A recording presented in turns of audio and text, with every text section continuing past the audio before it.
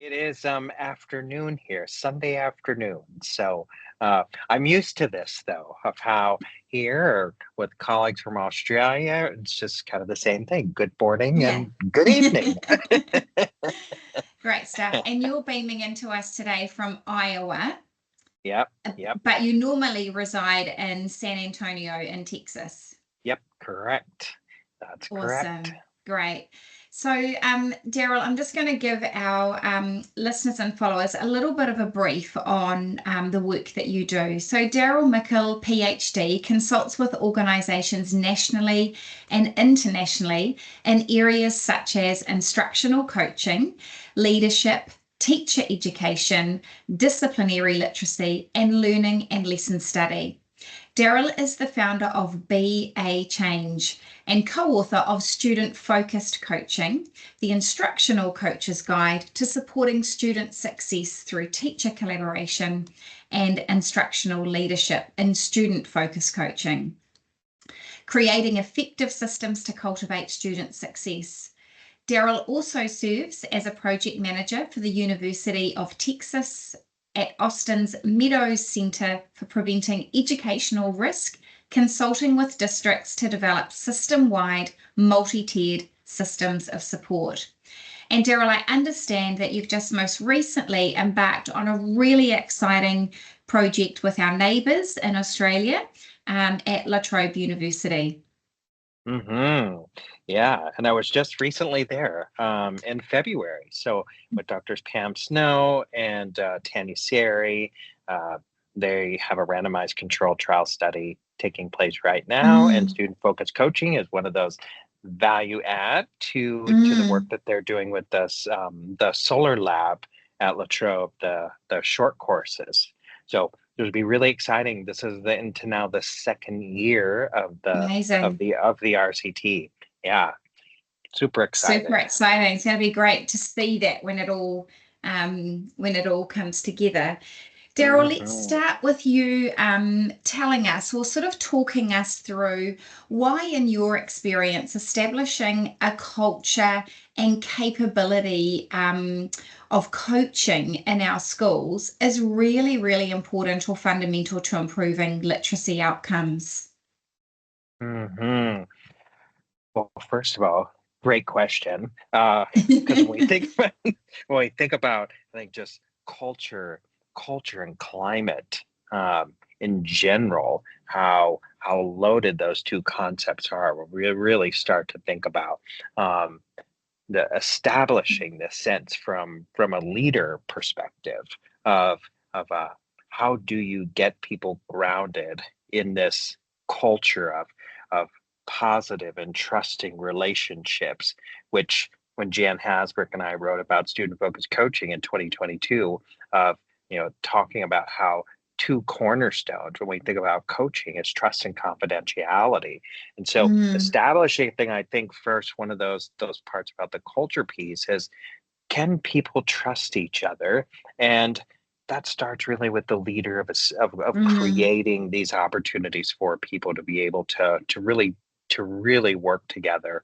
I think also within the coaching space, when we think about from a leadership perspective of really trying to establish a coaching model, if you will, is this understanding that coaching from Matthew Kraft and his colleagues, this meta-analyses in 2018 of how understanding that coaching within this culture can have a real effect on instruction if that's really the emphasis and the focus for what it is we're providing to the teachers whom we serve.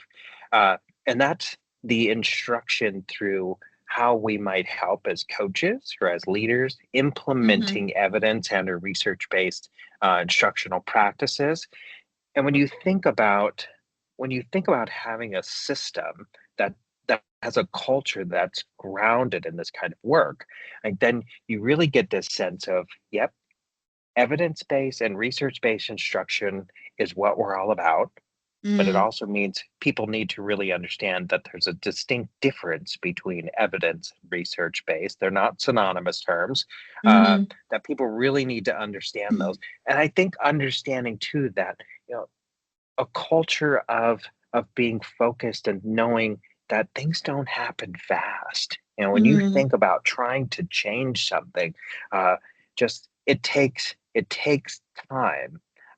Literacy in particular, when you think of people who say, yes, we're doing the science of reading, and you think, whoa, you're doing it. What does that mean? Yeah. Or we had this 45-minute training on the science of reading, and you're like, yeah, but there's over 5 decades worth of Mm. research here that we would have to build on. So I think really, thinking about culture from a leader perspective is that, really being able to model our own expectations, to create the conditions for us to be able to establish the working relationships that we have with others. Uh, there's a quote one time, and I'm going to pull this up here so I can just take a look and read here of how this came from. So it's work from some coaches in the state of Kansas here in the Mm-hmm. United States. And this was back when Jan Hasbrook and Carolyn Denton were doing some of the work with student focused coaching there. And this is what coaches had to say about establishing this culture here. And that was that if supervisors created a climate and culture for student success and inspired all teachers with a desire to do their very best to help all students, then the job of the coaches would be far easier. So nothing left to chance, right? We're Mm. focused, we're committed, no Mm. excuse attitude. Uh, but leaders have to have their own actions and behaviors Mm. that model that this is really what we're all about. Mm. Mm. What I really am taking from all of that is that I'm going to actually say, like, the extreme importance of the creating of the conditions. So I was just, jotting things down, and you talked about the importance of, well, first of all, can people trust each other?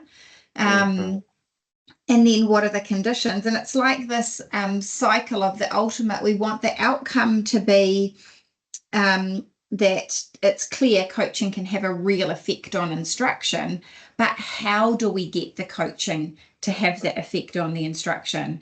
And maybe, Hmm. I'm sitting here thinking about my own coaching practice, Daryl, and do I, as a coach, support others enough to sit in that space of, like, just discussing in the first instance, what are the conditions within their setting and what is the levels of trust like before we actually go into the coaching.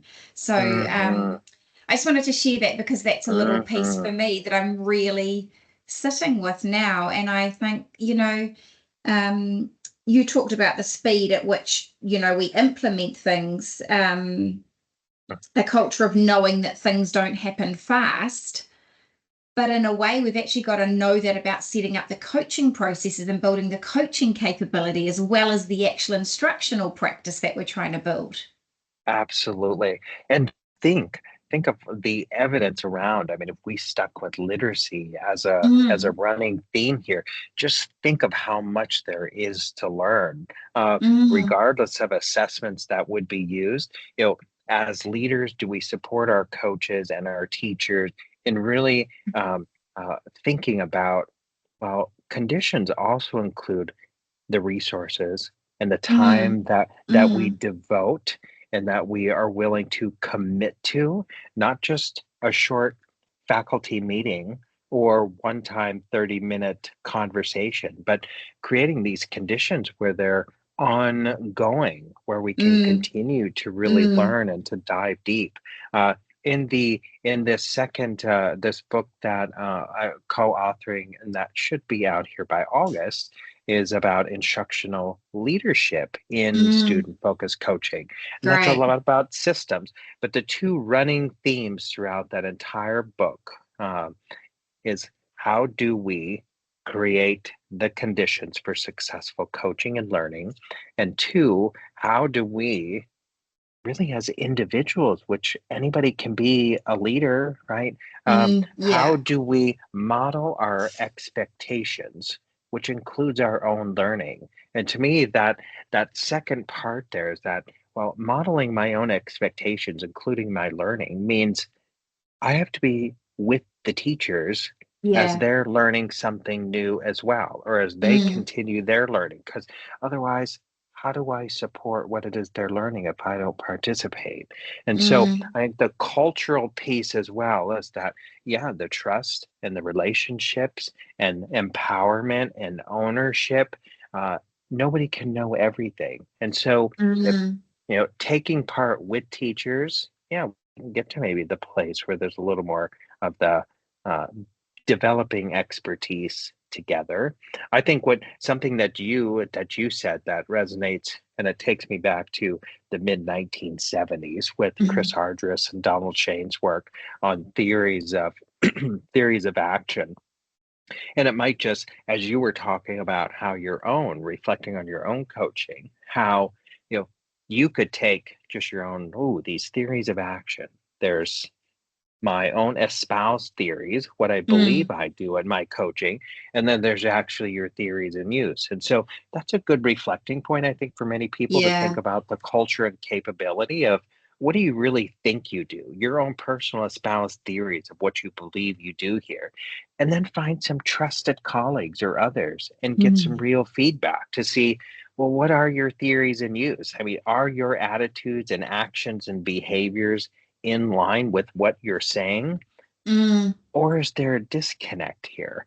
So people have to really understand this direction here, and I think a culture of success, I think, breeds culture of success, right? Like, mm. And also that just that opportunity to look from what you said, what are my theories, but then are they actually, or do they mirror, or do my theories in use mirror what I think my theories mhm, are, mhm, is such a beautiful way to, it's a beautiful supportive way to encourage reflection and mhm, in a way that is real so that we're actually yeah, getting a dose of reality as mhm, opposed to looking through a lens that is clouded still by a mhm, confirmational bias or a theory that we might believe in. mhm, Um, yeah, which is such an mm, exciting thing because it's transferable across all of our practice, totally coaching, agree. leadership, presenting, everything. It's yeah. Totally agree, right? Think of Mm, people who say, "Oh, I really engage people as a coach or as a leader when our teachers are sitting in front of us." And then you ask teachers and like, we didn't really do anything. It's like, yeah. yeah, this Yeah. can, or students as well, teachers with Mm, students. I mean, it's so mm, transferable. I think it's so many different settings. mm, yeah. If you were to use a term, like if I say to you around high quality coaching, or Mhm, maybe really effective coaching, what sort of, and I know this is a very mhm, comprehensive piece to mhm, consider, but what key things would people be thinking about if they were working towards developing high quality coaching mhm, systems in their set school settings? And I'm going to preface that actually the conditions are in place. mhm, mhm. I cannot wait for that book to come out to read about those conditions. Um, but I am going to say that some um, work has been done around building trust. Some work's been done Mhm, around the resourcing, all of those things. mhm. Um, what does the actual coaching look like when it's really effective? Yeah, so I think a few things, and this is actually from a researcher right there in Auckland, Mm-hmm. of Vivian Robinson, someone Mm-hmm. who I definitely look to for a lot of leadership research and advice, and things that Vivian has written about. Oh gosh, back in 2011 or so, I believe. Uh, One of those is about what we were talking a little bit about in the first one of how do we lead learning and how do we lead development? Mm. And that essential component of participating as a learner, you know, leading learning and leading development are both really big things. And Yeah. so thinking about that of what does it mean really learning? What does it mean really in the form of development? And then yeah, how do you how do you lead this kind of work? Like when I think of teaching and learner, the teacher learner role and student focused coaching, it's like yeah, there's a lot of learning someone has to do in a coach or leadership type position. Uh, and so the more we can ground things in, so what's a priority or a small set of Mm. priorities and getting ourselves really focused, that then you have coaches who aren't just trying to do everything. They're really honed in and they Mm. can learn more, and that's more that they could create in terms of experiences for others. There's assuring high quality high quality teaching. You know, if I think about in a coaching role, uh, you know, and I also think about developing and building capacity in a number of other people. You know, just the thought of high quality coaching to me, from my perspective here, and I Mm. think in a good deal of other work, is that one person can't do it all. And Yeah. so when we think of high quality coaching, I'm also thinking about, so who are the coaches? You know, a coach, to me, can be someone with the title of coach. It could be someone who maybe leads a, a grade level. It's someone who Mm. oversees a department and like science. It's an aspiring leader. And it could even be, I mean, a principal or someone in this leadership role, provided people really have the clarity of when are you evaluating, supervising, when are you coaching? Because some small world type communities, it's like sometimes you have to do both.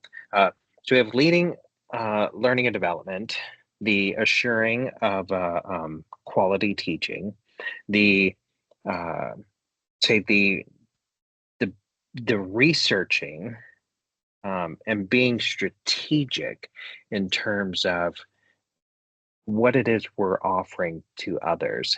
That meaning the evidence based instructional Mhm. strategies. So Mhm.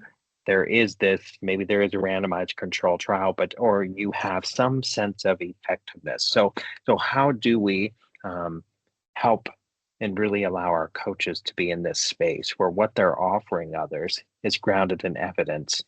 uh, and then I think too, like just thinking in this space, the going back to some about the trust in the relationships is, you know, the safe and orderly aspect of schools and environments. You know, I think Mm. in the psychological safety space of Lencioni's work, of the psychological safety of, you know, we have to feel as though Mm. we can be who we are. I might not share the same philosophical beliefs as you, and that's okay. We come with different biases. We come with different perspectives, but all the things that we can learn from each other. I think too the specificity in terms of when we think of coaching, that I don't think we do enough of this in the work, but I Mhm. could be, this is my experiences of really thinking about the clarity of roles and responsibilities. Uh, Right. and that when we can get really specific with what a coach will do, whomever this is, right, in Mm. many different roles, when we can be really clear that, you know, one of their main things is to develop and deliver differentiated, sustained professional learning for their peer colleagues. Uh, well, that that alone, that I think of, what does that look like? What does that really mean? Mm. What is a non-example of what that means?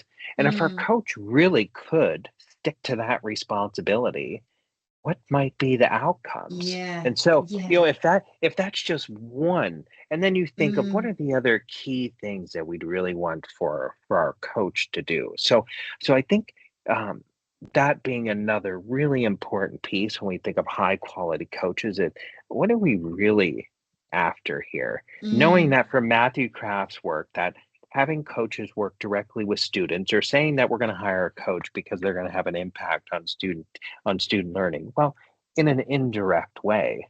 So if the effect is really more in the instruction, well, all the more reason to say a Mm. key component of coaching should be this ongoing delivery of Yeah. professional development and learning. Daryl, kind of, as you were talking, I've gone back and I've drawn this sort of we process in my notes, and I've said, so if I'm sitting here and I'm listening into this chit chat and I'm thinking about I'm a leader or in a coaching position myself, the first thing that I would fall back to is really reflecting on and building my understanding around the conditions that exist in our school setting for coaching, either in my role or the wider role or across the board. And then the next kind of level was around looking at well, what is this high quality coaching piece? And you gave us those key points. You said it's leading, it's learning, and now I can't actually read my writing. Leading learning and development. Thank you. Leading, learning, and development. Assuring of assurance of quality teaching, and then the research piece.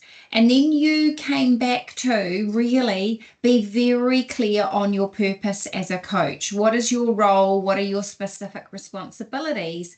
And sticking with those. And I think those pillars, for people who are in an established coaching role in their school, or if they are going into establishing coaching roles. And I think that is very, very much something that I hope is going to happen here in New Zealand, is the establishment of specific coaching support roles. So they're just some key things that I wanted to highlight, because sometimes we have a tendency, myself included, to jump in and want to coach. But this conversation has really stopped me in my tracks and said, well, how will we prepare for that coaching? What do we need to have on board? Am I really clear in what I want the outcomes to be, or the roles that are associated with that? If we kind of fast track now and we say, right, we've got all that in play, you work with many, many, many teachers and leaders in your work, and many coaches. Can you give us some examples of how implementing, I'm going to say, a very robust coaching system and process, and building capability of the coaches, how has that empowered the teachers that they work with to really lean into their practice in a positive way and grow the trust and grow the teaching capability and ultimately increase student outcomes? Another great question, and good for me to reflect on, in terms of really thinking about, as you said. Yeah, I get to work. I mean, I have this luxury of getting to work with so many different schools and districts, and yeah, I think I will say in systems. I'm going to use one for example. And I'm sure that they won't be disappointed that I say their school district name. But one is the Bethel School District. Bethel is in Eugene, Oregon. So Jan might also be really excited that I say that, She'll because love that's this. where the University of It's where the Oregon is. ducks are. So, so when I think of it, Bethel, some key things here over time that I've worked with, and that is really looking at the individuals who are uh, providing the coaching support. So, as at the elementary level, the literacy specialist, because it might be easy for some principals or supervisors or leaders, or to say, yep, you know what, I want, Carla's been with us now for 25 years and people really like her, and I think she'd be a good coach, and oh, Carla's now the coach. And it's like, well, just because people like Carla and she's been around a long time doesn't mean she's going to be a good coach. I mean, there's a lot of work here. Uh, Mm, and I think also the piece of how the knowledge base, if we were to think of, yep, Carla's going to be this next coach for us. She's only been a high school teacher, and now she's going to be really supporting a lot of our primary teachers. mm, Well, maybe you don't have any of the knowledge or expertise of mm, foundational literacy skills. And so I think we have to be really careful here. And that's what I think with Bethel, that part of what they've really done in terms of looking at the coaches, the specialists who have been hired, is individuals who have the knowledge and the skills to mhm, support foundational literacy practices. I also think within this the Bethel space is that individuals are spending a lot of time working with eager and open teachers, mhm, and that comes, I think, back to mm, other researchers as mm, well, including in that meta-analysis by Kraft, is when we think about coaching, of are we trying to build capacity and working with those whom might take on more of a role of helping to support their other peer colleagues? Are we working with those champions, those who are eager mm, and open, those who really want? You think of how much more sustainable that could be versus work with these teachers and then and develop them or fix them. And mm, there are people who don't want to be coached. So I think in Bethel that they're doing a really good job here in terms of thinking about the specialists. They're not the knower of all things, uh, but they are side by side with their yeah, colleagues learning mm, together. There's in the state of Alaska, they've created their own online course, self-paced online course, asynchronous, using the student focused coaching book. And that is accessible to any teacher, any principal, any coach in the state who wants to earn some continuing professional education great, hours, so additional things yeah, for their certification. So great opportunity for people who want to mm, develop and build their own skills, because I think many of the coaching skills that people would learn, not only could that transfer into leadership, but I think it could also be really good teachers with mm, students. Um, and then there's the Euclid City schools. Euclid City is just on the eastern side of Cleveland, Ohio. mhm, Um, it's been interesting. This is my third year of working with Euclid City, and I've really been pleased that it hasn't been this thought that, hey, we're going to do coaching and we're going to do coaching in 1 year. And well, yeah, we know what's going to happen there. This is the third year now that I've worked with Euclid City, and each year we've added more stakeholders to the conversation. So this year mhm, now, not only do we have instructional coaches at the early childhood center, elementary, middle school, and the high school. So all primary and wow, secondary schools, but we have that's their great, principals and assistant principals. And this year now we have department chairs or other leadership team members. So it's really trying to build out this knowledge base mm, about coaching with a number of people. The other positive here with the Euclid City work is getting those teams, so not just a principal or others, but the team with the teachers, to identify a priority that they wanted to really hone in on.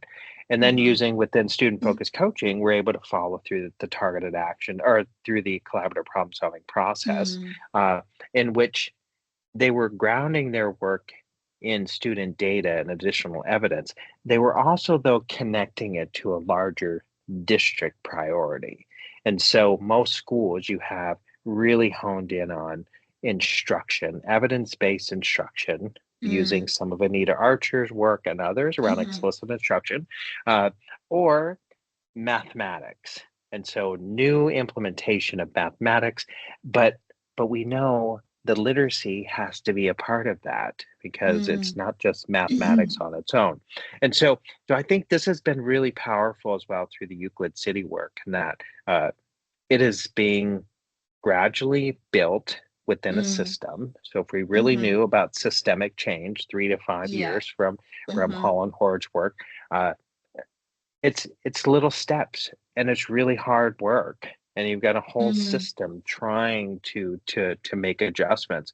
I think that, if you took this back to these examples, the Bethel work, state of Alaska, the Euclid City, the work being done at La Trobe there in mm, Australia with the randomized controlled trial study. I mean, these are folks that and systems that I think are also grounding some of their work in what we would see from Joyce and Showers of the need for a long-term implementation if we're really mm, looking at long-term use. There's also work by uh, uh, Blaise and Blaise in the early 2000 of how important it is from a leadership capacity that we make sure that there is ongoing time, that dedicated time for people to learn about new instructional practices. mm. There's also the work by I think it was Blank and uh, Alice, Alas. I'll probably pronounce that incorrectly, but I think of their work of how to. They said, for someone to learn something new, I mean, 6 months or more to learn new subject content. Mm, So these systems here that I'm talking about, just these couple of examples that I think they don't just pick someone and say, you're the coach and you're yeah. going to change everything. They're really thinking through within the system of how are we going to sustain this work? How are we going to build capacity in other people? How are we going to prioritize and focus what it is we're trying to achieve? Mm, And then trying to stick to a plan here, mm. uh, not just jumping all over um, uh, and not having clarity. Like these places really are, Yeah. I think, getting to a place where there's a lot of clarity here in terms of Yeah. what people do. I've just written down 4 words, and comfortable is a word that was just springing to mind continuously when you were talking through this piece of your examples. I felt comfortable listening to your examples because it was very considered. And so I wrote these other they're all C words: considered, collaborative, comfortable, and clarity. Like you have really stressed that in these schools and school districts that you've worked in, that actually people have been strategic in terms of their implementation, that they have really sat down and considered both the process but the people that are going to be involved. Mhm, And I'm going to say the suitability of those people, Daryl, the suitability in terms of their foundational knowledge and whether or not they are going to be, for lack of a better term, the right person, perhaps in a coaching role to kind of kick this off. And mhm, I don't know that that's something, and I'm going to generalize here and use the royal we, that we do enough of here in New mhm, Zealand. I don't know if we, and I'm referring to my own practice as well, I don't know if we perhaps realize the significance of those early people in the adoption of the coaching process. mhm, It's crucial that we get the right people on board, mhm, um, to support the implementation of the coaching process, but also the bedding down of the instructional practice that we're working on. mhm. Yeah, I would 100% agree with what you're saying. And it makes me, there are several things that it makes me think about of how when I think in different systems where they're like, Mhm. the coaches have to do so many cycles in a week. And it's like, there's no evidence that says coaching dosage makes Yeah, any yeah. difference. So that's known. When people say, "Yep, you got to do this," the coaching cycles, or in many of the other types of coaching, you know, you have to really have that technical knowledge and Mm, expertise to provide feedback. Like you in your world and in Mm, your area of expertise, if you're out and you're supporting someone and you go into a classroom and they want feedback, well, you have what is the technical knowledge and mm, expertise around foundational literacy to provide. Uh, my area as well, in terms of literacy, foundational literacy, maybe what I could provide. But you think of some coaches who maybe have been hired and now you're expected to be this expert of all things. And it's like, you're mm, not the expert because you're sitting next to someone being trained at the same time. I mean, when I mm, think of myself within coaching too, and I think of working with all these different systems with that, even in my own coaching space, I mean, years worth of really trying to just improve upon and get better at my craft. It's like mm, there's still so much to learn. But I think also saying being strategic mm, is critical, because for principals or leaders, if you step into a classroom, if you're not the a part of the and participating as a learner, or you yourself don't have the technical knowledge and expertise, then what are you looking at?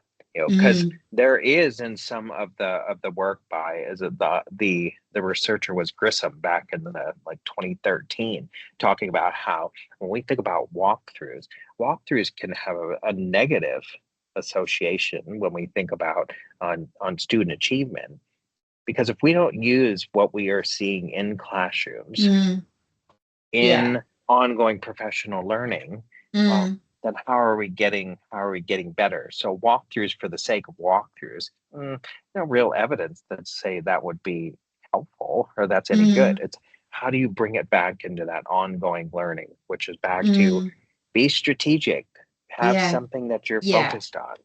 mm, yeah. So, we've got such a varied, if we think about the implementation of structured literacy across New Zealand at the moment, we're all in different places. In terms of where, we've got some schools that are a long way down the track, and we've got some schools that are just starting out, and we've got some that have been going for a wee while. My experience has been that schools who have a coach, or schools who develop a coaching structure, um, definitely the change is significantly different from where that doesn't occur. So I'm going to be very, very interested to see what comes out of this piece of research that's going to come Mhm, from La Trobe, Daryl. mhm, But when you think about leaders, if they're just starting, and even if they're a leader that's actually been, to use your phrase earlier that you heard, doing the science of reading or doing structured literacy for quite some time, where should they start? What would be the starting point? And of course, we have to acknowledge that leaders in schools, they come with so much knowledge and expertise. So I do want to acknowledge that, you bet. that people are not coming to this in a completely new raw format. They are actually bringing a Mhm. lot to it. But if we think about systems and we think about strategy, what are some things they might want to be thinking about as they lean into honing or developing from scratch their coaching process in their school? Mm, mm, mm. Well, I will once again use and kind of ground this within some other folks' work, and the the researchers are Adelman and Taylor, uh, and I think what's really important in this work that really stands out to me is that we think of, first of all, just again back to a priority, and when we think about uh, a vision or a clear framework for Mm, what mm-hmm, is it what is it that we're really trying to do, and the clarity there of being able to articulate, what's the vision for this change, uh, mm, how are we going to develop individuals with whatever this vision and this change is, how are we going to motivate or get people interested, which might come from many different presentations to Mm, be able to sort of build some kind of consensus in people. How might we redesign some of what we're currently doing in infrastructures? Doesn't mean throw everything out. It's just taking a mm, really hard critical look at what's being done. And then this they have, I mean, in these four like phases, this being what I'm mm, talking about, it's this first one mhm. is it's all about creating readiness. And so Yeah. when you think about how do we do that based on these things that I'm saying to you, uh, there's one other thing within creative readiness that I think is important, and I'm not sure a lot of people do this, and it's to develop or to so develop and communicate a prototype. So when you think of this vision and you think of this change, and you've invested or you've engaged other people in what this might really look like, Mm, yeah, if you were to hand it to someone to say, "Oh, this is kind of our roadmap." I mean, what mhm. is that prototype? So a lot of work up front to Yeah. really think through what is it? And if you took that to coaching, yeah, what is it really we're trying to get from a Mm, coach? I mean, what are they really going to do in our system? If we thought about structured literacy, well, what do we mean by that? I mean, there's a mm, lot of things that we have to think about. Moving from that initial creating readiness to then into initial implementation. And that's where these champions, that where these eager and open individuals come into play, where it's, what, let's test some things. Doesn't mean mm, everybody else can't try as well, but maybe we have a few people who really are invested, these early adopters. Great, let's take a few people and let's test this mm, out. I mean, if we have a coach who's working with a few people, well, how is it working? Because I think there's a lot of testing that could be done up front with an mm, individual who might be a coach to say, this is how this is going to really work, and this is how it's mm, going to get to other mm, people. There's then the scaling up, or what's known as institutionalization, from Adam and Taylor's work, which I think there too, yep, commitment to the long term. Uh, we have this creating the conditions. So we're constantly learning and developing, and we're planning and we're implementing, and we're looking at student artifacts or teacher artifacts. So how do we keep scaling up the work and deepen the knowledge throughout the system? And then their fourth piece is all about ongoing evolution and creative renewal, which I just I love love the that. verbiage uh, that yeah, we're not going to keep moving on to something new.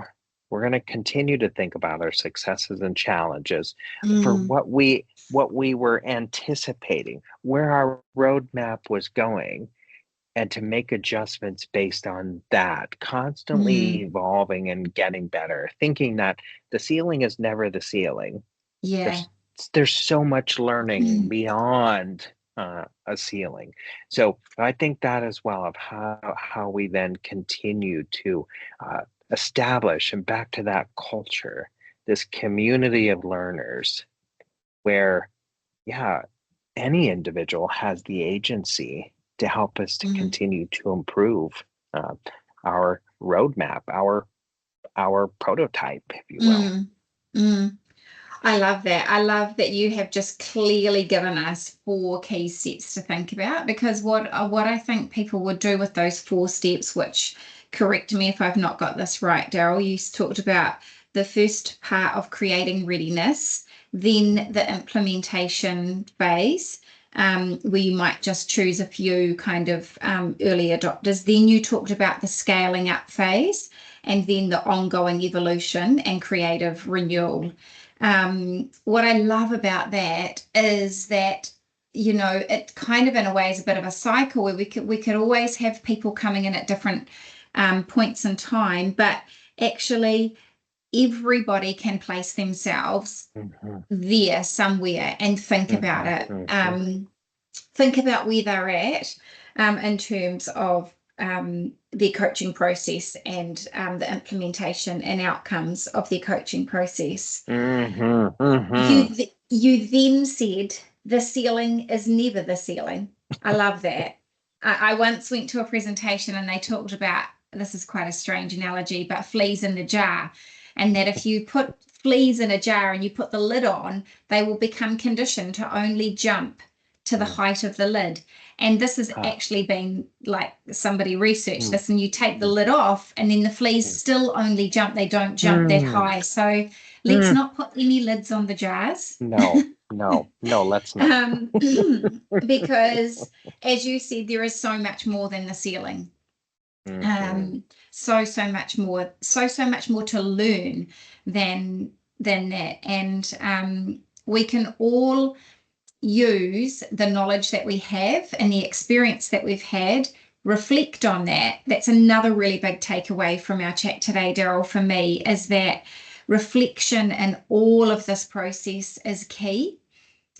And when you were talking through those 4 steps, I was thinking, and the earlier piece too, I'm thinking, what I love about this is that it allows leaders to be vulnerable, but in a safe way. Like, you know, I sense the strong notion of collaboration and the things that you've talked us through. I sense so much collaboration and communication, and then cohesion will come from that. And yeah, so I really want to thank you for sharing these insights with us.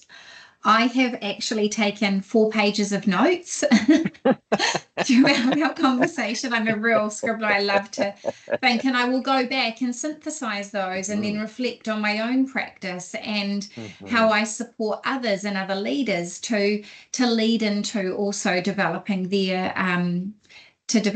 coaching practices. So many key takeaways. Thank you so much for giving up your time on what is your Sunday afternoon.